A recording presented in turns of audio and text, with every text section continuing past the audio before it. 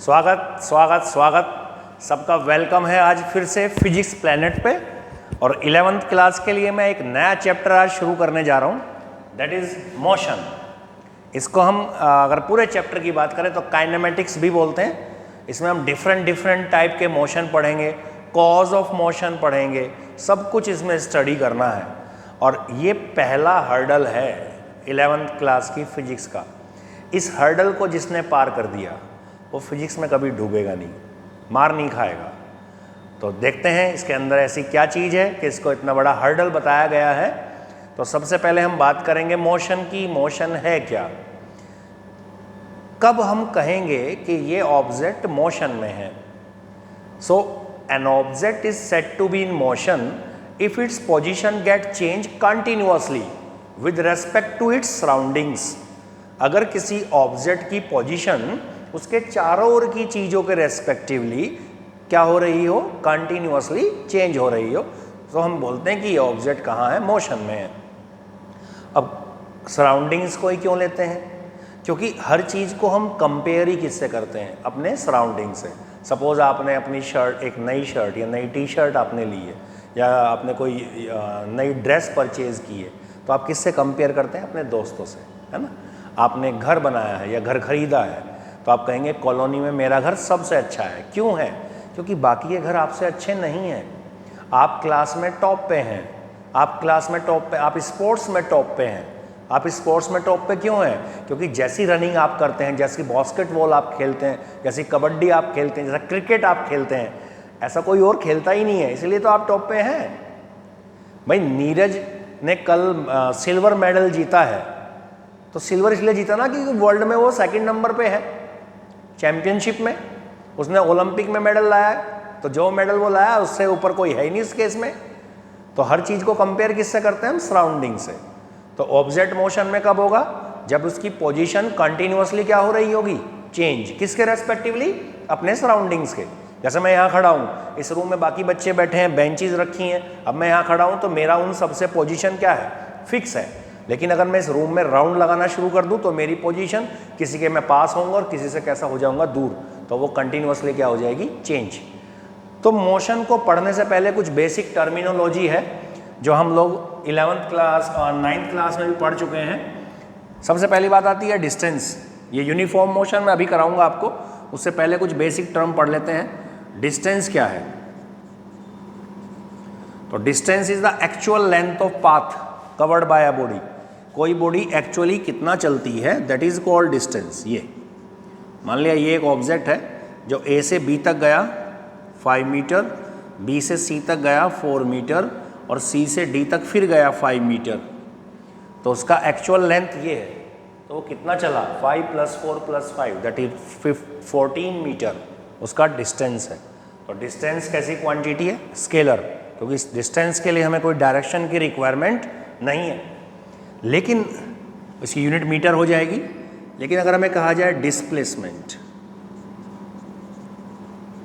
Displacement का मतलब है it is the shortest way, shortest path between initial and final position. अब मुझे कहा जाए कि डी पॉइंट पे आपका कोई बहुत ज़्यादा इंपॉर्टेंट वर्क है, कोई इंतज़ार कर रहा है और ए पॉइंट से मुझे चलना है, तो मैं क्या करूँगा? जल्दी से जल्दी पहुँचने के लिए एक ऐसा रास्ता चूज़ करूँगा जो बिल्कुल क्लोज हो डी के। तो मेरे ख्याल से मुझे इसी पाथ को चलना पड़ेगा। ये यूनिक पाथ होगा। यूनिक का मतलब जिसके जैसा कोई नहीं, और कोई रास्ता इससे छोटा है नहीं है। तो मुझे अगर डिस्प्लेसमेंट कवर करना है तो मुझे इसी डायरेक्शन में चलना पड़ेगा। इसीलिए डिस्प्लेसमेंट कैसी क्वांटिटी है? Vector quantity. ठीक है। यूनिट इसकी भी क्या है? मीटर है। डिस्प्लेसमेंट का एक छोटा सा फॉर्मूला भी है। Final displacement is equal to होता है final position minus initial position. ठीक है।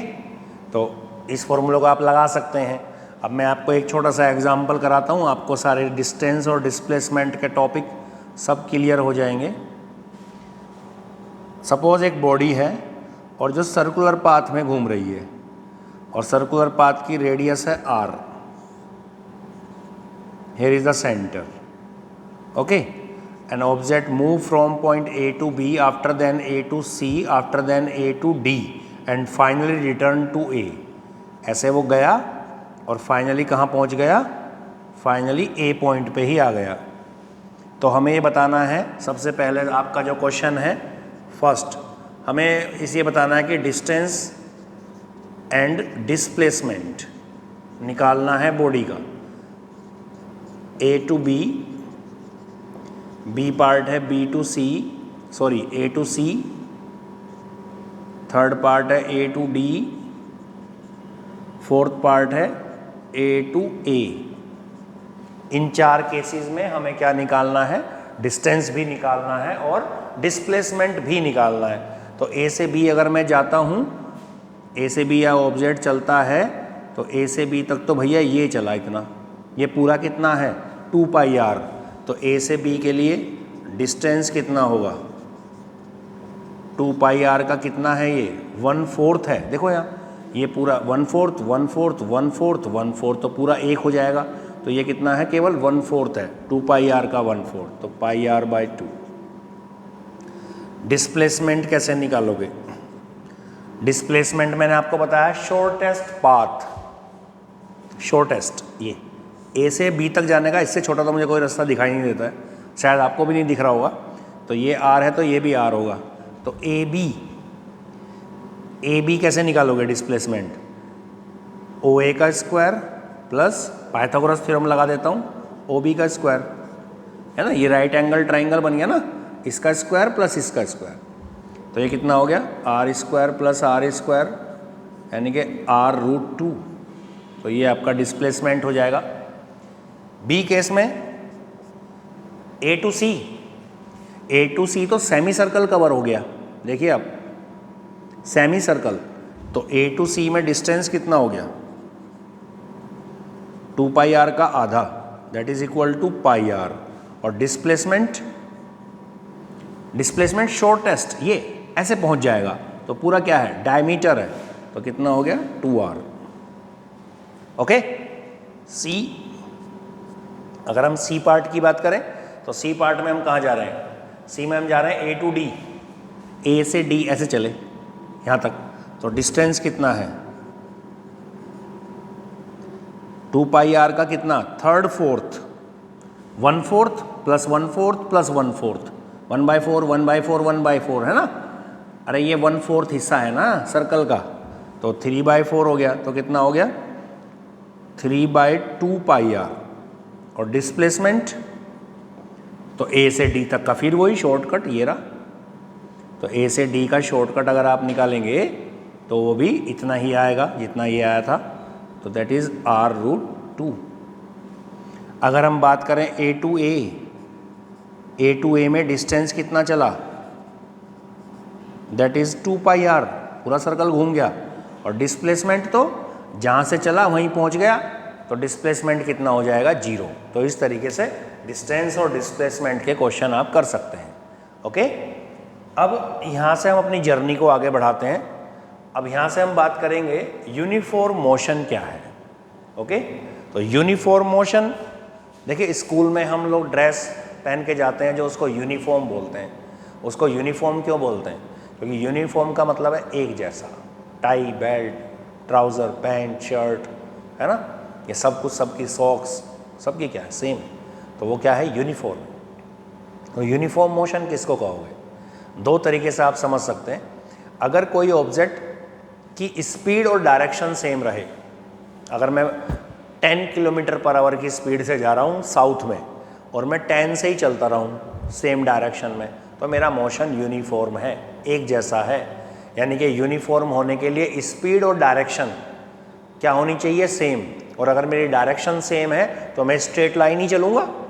तो हम ये कह सकते हैं स्ट्रेट लाइन मोशन हो और स्पीड क्या रहे? कांस्टेंट रहे. या हम कह सकते हैं कि अगर कोई ऑब्जेक्ट इक्वल डिस्टेंस कवर करे इन इक्वल इंटरवल ऑफ टाइम, अगर कोई ऑब्जेक्ट हर एक सेकंड में इक्वल चले, एक सेकंड में 5 जा रहा है तो नेक्स्ट सेकंड में भी 5 मीटर ही जाए, थर्ड सेकंड में भी 5, फोर्थ में भी 5, तो उसका मोशन कैसा होगा? यूनिफॉर्म। तो यूनिफॉर्म होने के लिए क्या क्या चीज़ें ज़रूरी हैं? एक तो उसकी स्पीड प्लस डायरेक्शन, और स्पीड में अगर मैं डायरेक्शन जोड़ देता हूँ then it becomes velocity, it becomes vector. और यह हम कहते हैं कि when object cover equal distance in equal interval of time then its motion is said to be uniform. Okay, एक गिलास पानी मिलेगा क्या भैया? अरे पानी पिलवा दो भाई। तो यूनिफॉर्म मोशन के लिए कुछ ग्राफ्स हैं जो हमें आने चाहिए, बिना ग्राफ के हम कुछ भी नहीं कर पाएंगे। तो सबसे पहले मैं आपको ग्राफ इनके प्लॉट करके दिखाता हूँ। तो यूनिफॉर्म मोशन में सपोज करो एक ऑब्जेक्ट की वेलोसिटी है 10 मीटर पर सेकंड, और बच्चों ये भी मैंने आपको अभी बताया है, जैसे स्पीड है, स्पीड क्या है 10 मीटर पर सेकंड, और अगर मैं इसमें क्या जोड़ दूँ साउथ, तो इसमें ऐड होगी डायरेक्शन। तो 10 मीटर पर सेकंड स्पीड है, और स्पीड में अगर मैंने डायरेक्शन जोड़ दी तो ये पूरी टर्म क्या बन गई अब? वेक्टर। ये पूरी टर्म, ये दोनों मिलके क्या बन गए? वेलोसिटी बन गए। और इसमें ये क्या है? वेलोसिटी का मैग्नीट्यूड है, और ये किसके बराबर है? स्पीड के। तो हम कह सकते हैं कि speed is the magnitude of velocity. Speed velocity का क्या है? मैग्नीट्यूड है। ये भी हमें याद होना चाहिए। तो मान लिया किसी ऑब्जेक्ट की स्पीड है 10 मीटर पर सेकंड और डायरेक्शन उसकी फिक्स है। तो अगर मैं उसका डेटा तैयार करूं तो टाइम है सेकंड में, डिस्टेंस है मीटर में, तो 1 सेकंड में कितना जाएगा? 10 मीटर। 2 सेकंड में कितना जाएगा? 15। 3 में कितना जाएगा? 2 सेकंड में 20, 3 में 30, 4 में कितना? 40, 5 में कितना? 50। यानी कि आफ्टर एवरी सेकंड, हर एक सेकंड में वो कितना चलेगा? हर एक सेकंड में 10 मीटर जा रहा है, चेक कर सकते हैं आप। देखिए इसको, तो ये डेटा हमने इसका रेडी कर लिया है। तो यहाँ से यहाँ देखें कितना टाइम है? 1 सेकंड। तो यहाँ से यहाँ कितना चला है? 10। 2 से 3 फिर 1, 20 से 30 फिर 10, 3 to 4 फिर 1, 30 से 40 फिर 10, 4 to 5 1, 40 to 50 फिर 10। यानी कि हर एक सेकंड में कितने मीटर जा रहा है?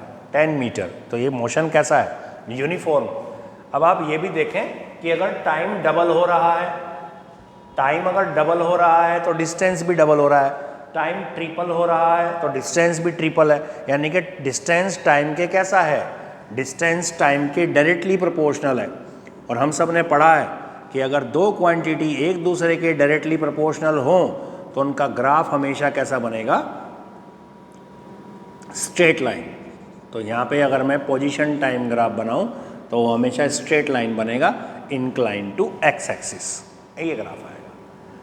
अब इस ग्राफ से हम क्या क्या कर सकते हैं? ये हमारे न्यूमेरिकल के लिए बहुत ज़्यादा हेल्पफुल है। इस ग्राफ का हम स्लोप निकाल सकते हैं। तो स्लोप से देखते हैं क्या होता है। और स्लोप क्या होता है? ये जो एंगल बनता है ना एक्स एक्सिस के साथ ग्राफ का किसी का भी, दैट इज़ कॉल्ड स्लोप। इसका टेंजेंट हम अगर निकाल लें, अब मान लिया कि यहाँ पे 2 पॉइंट हैं, एक A है और एक B है।